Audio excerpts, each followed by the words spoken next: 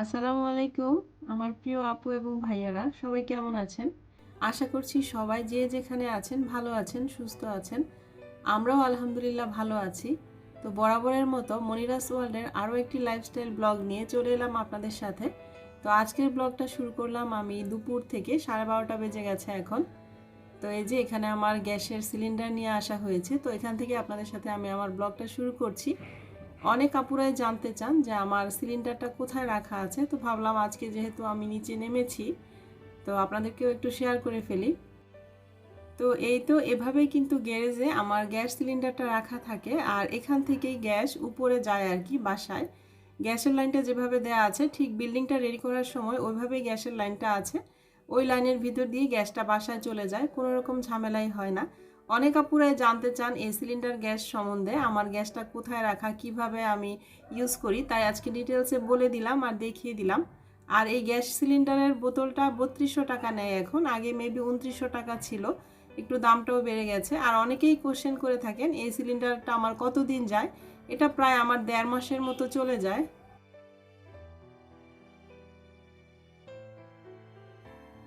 আর এই তো নিচ থেকে বাসায় চলে এসেছি, এখন প্রায় 12:30টার মতো বেজে গেছে।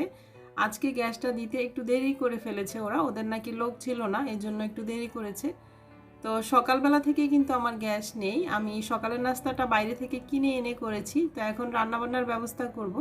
12:30টা বেজে গেছে, তাড়াহুড়ো করে যতটুকু রান্না করা যায় ততটুকুই করব, আর আপনাদের সাথে সব কিছু শেয়ার করব। আশা করছি আমার পুরো ব্লগটি জুড়ে থাকবেন, আপনাদের কাছে ভালো লাগবে। আর ভালো লাগলে অবশ্যই একটা লাইক দিবেন। আর এই তো চুলায় গ্যাস চলে এসেছে, যেহেতু আমি 4 তলায় থাকি, সিলিন্ডারটা শেষ হয়ে যাওয়ার পর যখন লাগানো হয় প্রথম গ্যাসটা আসতে 2 থেকে 3 মিনিটের মতো লেগে যায়। তো চলে এসেছে চুলায় গ্যাস, এখন রান্না বান্না শুরু করে দিই। 12:30টার বেশি বেজে গেছে। তো প্রথমেই ভাত বসিয়ে দিব এক চুলায়, আর এক চুলায় ডিম সিদ্ধ বসিয়ে দিব। দেখি কি রান্না করা যায়।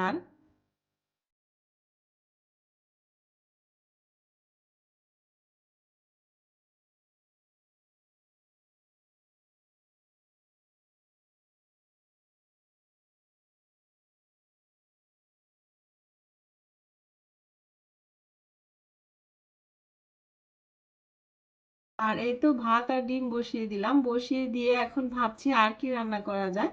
তো আমার মতো মনে হয় প্রত্যেকটা গৃহিণী আপুদেরই এই সমস্যাটায় প্রতিদিনই পড়তে হয়, যে সকালবেলায় কিন্তু ভাবতে থাকি আজকে কি রান্না করা যায় বা আজকে কি রান্না করব, এই টাইপের সমস্যা আমার মনে হয় সবাই পড়েন।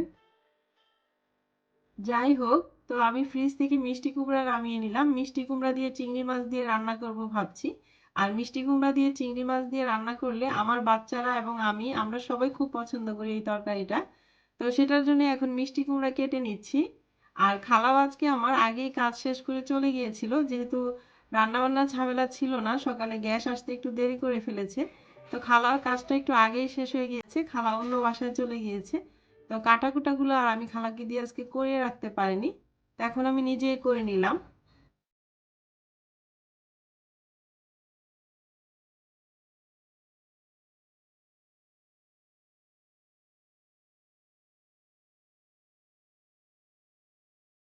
আর মিষ্টি কুমড়াগুলো এখন ধুয়ে নিচ্ছি একটু ভালো করে।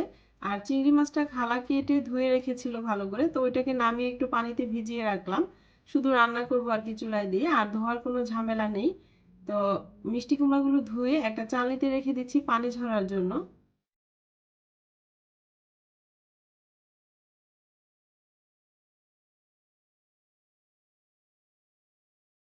আর ভাতটা তো আমি আগেই বসিয়ে দিয়েছিলাম, তো ভাতটাও আমার অলরেডি হয়ে গেছে। তো এই যে চালের মধ্যে ঢেলে দিচ্ছি, ভাতটাকে আমি পানি মানে মার ঝরিয়ে নিচ্ছি আর কি। তো এভাবে আমি ভাতের মার গালি। অনেকে হয়তো ভাবতে পারেন যে পানি ঝরিয়ে নিচ্ছে কেন। আসলে রাইস কুকারে আগে এই পাতিলগুলোতে ভাত রান্না করা হতো, এখন যেহেতু রাইস কুকারটা নষ্ট হয়ে গেছে, তো এভাবেই আমি ছেঁকে ভাতটা রান্না করে ফেলি। তো এখানে আরেকটা চুলায় প্যান বসিয়ে দিলাম, আর অল্প পরিমাণ সরিষার তেল দিয়ে পেঁয়াজ দিয়ে দিলাম। মিষ্টি কুমড়ার তরকারিটা আর কি একটু বসিয়ে দিব। পেঁয়াজটা যখন হালকা ব্রাউন কালার হয়ে এসেছে, এর মধ্যে ধনিয়া গুঁড়া, মরিচ গুঁড়া আর হলুদের গুঁড়া দিয়ে দিলাম, স্বাদ মতো লবণ দিয়ে দিলাম। ভালো করে একটু মশলাটাকে কষিয়ে নিব। আর সব তরকারি কিন্তু মশলাটা কষানো ভালো হলে খেতে টেস্ট হয়। মশলাটা যত বেশি কষবে তরকারির টেস্টও তত বেশি ভালো হবে। তো এখন চিংড়ি মাছগুলো দিয়ে আরও একটু ভালো করে কষিয়ে নিলাম। আর আসলে চিংড়ি মাছ দিয়ে মিষ্টি কুমড়ার এই তরকারির রেসিপি তো সবাই আসলে পারেন, ডিটেলসে আর শেয়ার করছি না। তো তরকারিটা আমার হতে থাকুক। আর আমি কিছু আপুদের কথা বলে নেই। অনেক আপুরাই প্রেগনেন্ট, আমাকে বলেন যেন আমি দোয়া করি আপুদের জন্য। হ্যাঁ আপু, সব প্রেগনেন্ট আপুদের জন্য আমার মন থেকে অনেক ভালোবাসা আর দোয়া রইল।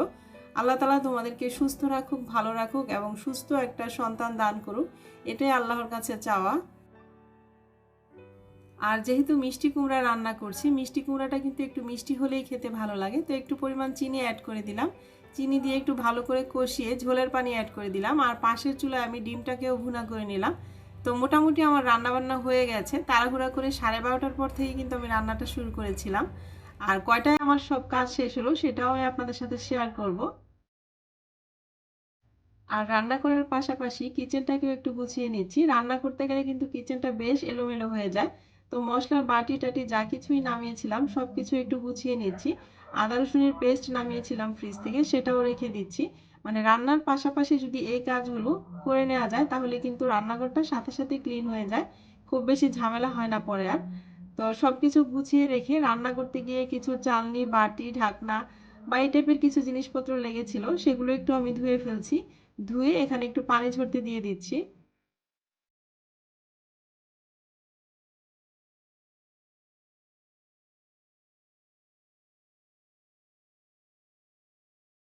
আর এগুলো ওয়াশ করতে করতে আমি আমার প্রিয় একজন আপুকে বলে নিচ্ছি, আপু তুমি বলেছো তুমি প্রেগনেন্ট, তোমার বেবির নামটা যেন আমি একটু রাখি।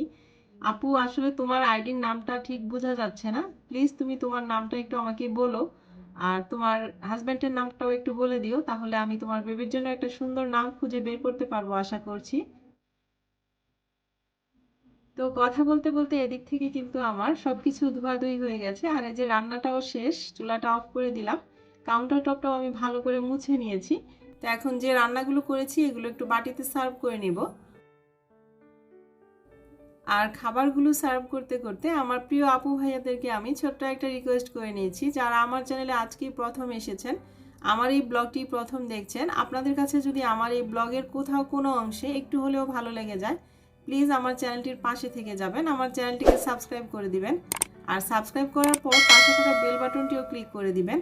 আর অল অপশনটিও সিলেক্ট করে রাখবেন, এতে করে আমি যখনই কোনো নতুন ভিডিও আপলোড করব আপনাদের কাছে কিন্তু নোটিফিকেশন চলে যাবে, আর আপনারা চাইলেই আমার ভিডিওটি দেখে নিতে পারবেন। আর যারা অলরেডি আমার চ্যানেলের পাশে আছেন, আমাকে অনেক বেশি সাপোর্ট করে যাচ্ছেন, আমার চ্যানেলটিকে সাবস্ক্রাইব করে দিয়েছেন, তাদেরকে জানাই আমি অসংখ্য ধন্যবাদ। তো খাবারগুলো সার্ভ করে নিলাম। আর এই যে লুসনিটা লুসনির জায়গায় রেখে দিচ্ছি, মানে কাজ শেষ হওয়ার সাথে সাথে যেটা যেখানকার সেটা রেখে দিলাম। এভাবে করলে কিন্তু রান্নাঘরটা সবসময় খুব বেশি টিপটপ থাকে, একদমই নোংরা বা এলোমেলো হয়ে যায় না।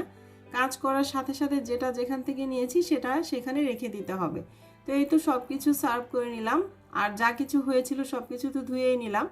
আর এখন শুধু বাকি আছে চুলাটা ক্লিন করব আর কাউন্টার টপটা, সরি সিঙ্ক এরিয়াটা একটু ধুয়ে নিব আর কি। তো এই কাজটুকু করার জন্য, মানে চুলাটা ক্লিন করার জন্য আমি এখন একটা ক্লিনজার তৈরি করে নিব। আর ক্লিনজার তৈরি করার জন্য এখানে আমি 1 কাপ পরিমাণ পানি নিলাম। আর এর মধ্যে আমি হোয়াইট ভিনেগার দিয়ে দিচ্ছি 1 টেবিল চামচ পরিমাণ। তো হোয়াইট ভিনেগার দিয়ে এখন দিয়ে দিব 1 চা চামচ পরিমাণ বেকিং সোডা। তো বেকিং সোডাটা দিয়ে দিব। সব কিছুই আমি চামচ দিয়ে না মেপে আন্দাজে দিয়ে দিচ্ছি আর কি, আন্দাজ পরিমাণ করে। তো দিয়ে দিলাম, দিয়ে এখন ভালো করে একটু মিক্সড করে নিব। এখানে চাইলে একটু ভিম লিকুইড দেওয়া যাবে, আমি ভিম লিকুইডটার আজকে অ্যাড করলাম না। তো ভালো করে একটু মিক্সড করে নিচ্ছি। মিক্সড করে নিয়ে যে এই টাইপের একটা স্প্রে বোতলে আমি ভরে নিচ্ছি। স্প্রে বোতলটাতে ভরে রেখে আমার এখন যা লাগবে তা আমি ইউজ করব, আর বাকিটা আমি অনেকদিন কিন্তু রেখে ইউজ করতে পারবো। তো এখন চুলাটা ক্লিন করব। চুলা ক্লিন করার আগে আমি একটু স্প্রে করে নিয়েছি যে লিকুইডটা, মানে যে ক্লিনজারটা আমি রেডি করলাম সেটা। তো অনেকেই জানতে চান যে আপু তোমার চুলা কিভাবে ক্লিন রাখো বা এত চকচক করে কিভাবে। তো আপু এভাবে ক্লিনজার তৈরি করে চুলাটা কিন্তু আমি পরিষ্কার রাখি। আর অনেকেই জানতে চান যে কাচের চুলায় কোনো রকম দাগ পড়ে যায় কিনা। আমার এখনো পর্যন্ত কোনো দাগ পড়েনি, আর আমি এভাবেই ক্লিনজার তৈরি করে চুলাটা ক্লিন করি।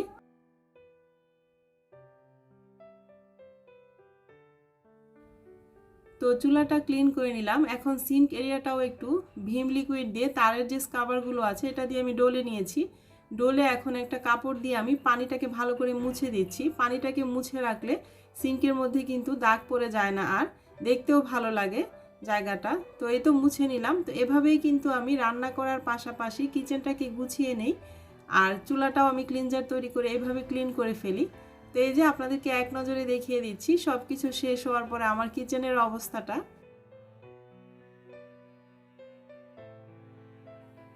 আর সবগুলো কাজ শুরু করেছিলাম আমি 12:30টায়, আর এখন বাজে 1:40। আমার সব কাজ শেষ কিচেনের। তো দেখি যে আমার ছেলে কি করছে। তো ওকে গোসল করতে পাঠিয়েছিলাম, ও গোসল করে এসে ওর টেবিলে বসে আছে। তো এখন ওকে ভাতটা দিয়ে দিব আর কি। আর বারান্দায় যাই দেখি আজকের ওয়েদারটা একদমই ভালো না, রোদ নেই, কেমন যেন একটা গাদলা ধরে আছে মনে হয় যেন। এরকম দিন থাকলে কিন্তু মাথায় খুব খারাপ লাগে, মাথা যন্ত্রণা হয়। আর আজকে তো ফ্রাইডে ছিল, ওই যে নামাজ শেষ হয়ে গেছে। তো সবাই জুমার নামাজ শেষ করে বাসার দিকে ফিরে যাচ্ছে দলে দলে। আর আমার ছেলে কিন্তু মসজিদে যে নামাজ পড়াকে খুব মিস করে। ও মাঝে মাঝেই বলে, মা আমিও যাব নামাজ পড়তে। কিন্তু এত ছোট বাচ্চা আসলে একা মসজিদে পাঠানো যায় না। আমার বাসার খুব কাছেই মসজিদ, আমার বাসা থেকে রাস্তায় মানে এই রাস্তার মাথায় মসজিদটা, তারপরও দেয়া যায় না। তো যাই হোক, ওকে এখন আমি খাবারটা দিয়ে দিব, খাবার দিয়ে আমি গোসলে চলে যাব আর কি। আর আরিয়ানাও বাসায় নেই, ওকে ভার্সিটিতে ভর্তির জন্য কোচিংয়ে ভর্তি করা হয়েছে। তো ও কোচিং করতে চলে গেছে, কোচিং করে এসে ও ভাতটা খেয়ে নেবে। আর এখন আমি আমার ছেলের জন্য খাবারটা নিয়ে নিচ্ছি। তো আজকে তো মিষ্টি কুমড়া দিয়ে চিংড়ি মাছ দিয়ে রান্না করেছি, আর ডিম ভুনা করে নিয়েছি। এই দুইটা তরকারি আমার ছেলের খুব পছন্দ। তো ওকে ভাতটা দিয়ে দিচ্ছি। আর আমার এই চ্যানেলটা কিন্তু লাইফস্টাইল ব্লগ চ্যানেল, তাই আমার লাইফে যা কিছু হচ্ছে, আমার প্রতিদিনের কাজকর্ম, ডেইলি অ্যাক্টিভিটিস, কিছু রেসিপি, সব কিছুই কিন্তু আপনাদের সাথে শেয়ার করার চেষ্টা করি। তো আমার এই ব্লগ ভিডিওগুলো আপনাদের কাছে কেমন লাগে অবশ্যই কিন্তু আপনারা কমেন্ট সেকশনে কমেন্ট করে জানাতে পারেন, বা আমার কাছে কী টাইপের ব্লগ আপনারা আশা করেন সেটাও আপনাদের মতামত জানাতে পারেন। আমি অবশ্যই ট্রাই করব আপনাদের পছন্দ মতো ব্লগ শেয়ার করার জন্য। আর আপনাদের একটা কমেন্ট কিন্তু আমাকে পরবর্তী কন্টেন্টটা তৈরি করতে অনেক বেশি উৎসাহিত করে। তো এদিক থেকে আমি বাবুকে খাবারটা দিয়ে দিচ্ছি। আর আমরা যেহেতু এখন কেউই খাচ্ছি না, আমি গোসল নামাজ শেষ করে পরে খাবো। আর আরিয়ানাও বাসায় নেই, তাই ওকে ওর টেবিলেই খাবারটা দিয়ে দিলাম। আর বললাম যাও হ্যান্ড ওয়াশ করে আসো। তো এই তো আমার ছেলে হ্যান্ড ওয়াশ করতে চলে যাচ্ছে।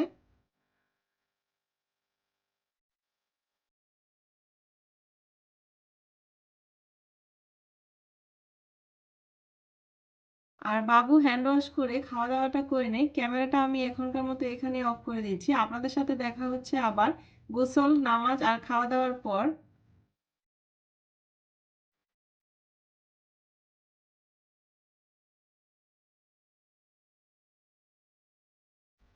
তো এখন আমরা খাওয়া দাওয়া শেষ করে নিয়েছি, আমি আর আরিয়ানা খেয়ে নিয়েছি, আরিয়ানাও চলে এসেছে। তো শীতের দিনের বেলা এতই ছোট, 3টা সোয়া 3টা কিন্তু বেজে যায় সবকিছু শেষ করতে করতে। তো এখন একটু আমি আমার বেডরুমে চলে এলাম, ভাবলাম একটু রেস্ট নিয়ে নিই। কিছুক্ষণ রেস্ট না নিলে আসলে হয় না, সারাদিন সকাল থেকে তো ছুটতেই থাকি। একটু রেস্ট নিয়ে তারপর বিকেলবেলাটা আপনাদের সাথে শেয়ার করছি। আর এখন হচ্ছে 4টা সাড়ে 4টার মতো বাজে, আমার ভাবি এসেছে। তো ভাবি আবার সবার জন্য বার্গার বানিয়ে নিয়ে এসেছে, চিকেন বার্গার আর কি। তো আমি আবার ভাবলাম আমার প্রিয় ভাই আপুদের সাথেও একটু শেয়ার করে ফেলি, তাই আর কি ক্যামেরায় ক্যাপচার করে নেয়া। তো এই তো ভাবি এখন বার্গারগুলোকে নামিয়ে নিচ্ছে একটা প্লেটে, ওভেনে দিয়ে একটু গরম করে নিবে। তো বাসা থেকে বানিয়ে নিয়ে এসেছে, 10 মিনিটের রাস্তা আমাদের টঙ্গী থেকে উত্তরা। আর আজকে তো ফ্রাইডে ছিল, নামাজের পরপর কিন্তু একটু ফ্রি থাকে রাস্তাঘাট, তাই খুব তাড়াতাড়ি চলে এসেছে। তো তারপরেও বার্গারগুলো ঠান্ডা হয়ে গেছে, তো এখন ওভেনে দিয়ে দিলাম, ওভেনে দিয়ে একটু গরম করে আমরা সবাই খেয়ে নিব।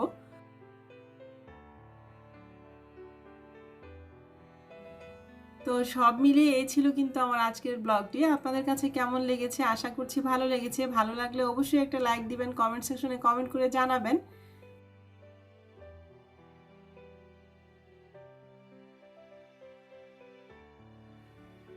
তো বার্গারগুলোকে গরম করে নিলাম, এখন আমরা সবাই একটু খাবো। বার্গারটা খেয়ে নিতে নিতে আপনাদের কাছ থেকে বিদায়ও নিয়ে নিব আজকের মতো। সবার সুস্থতা কামনা করি, সবাই অনেক বেশি ভালো থাকেন। আর সবার পরিবারের জন্য অনেক বেশি দোয়া রইল, আপনারাও আমার পরিবারের জন্য দোয়া করবেন। আর আজকের ব্লগের কোথাও কোনো অংশে আমি যদি কোনো রকম ভুল ত্রুটি করে থাকি সবাই প্লিজ ক্ষমা সুন্দর দৃষ্টিতে দেখবেন। আর মনিরাস ওয়ার্ল্ডের আরও একটি নিউ ব্লগ নিয়ে আপনাদের সাথে দেখা হচ্ছে একদিন পর। সে পর্যন্ত সবাই ভালো থাকবেন। আল্লাহ হাফেজ।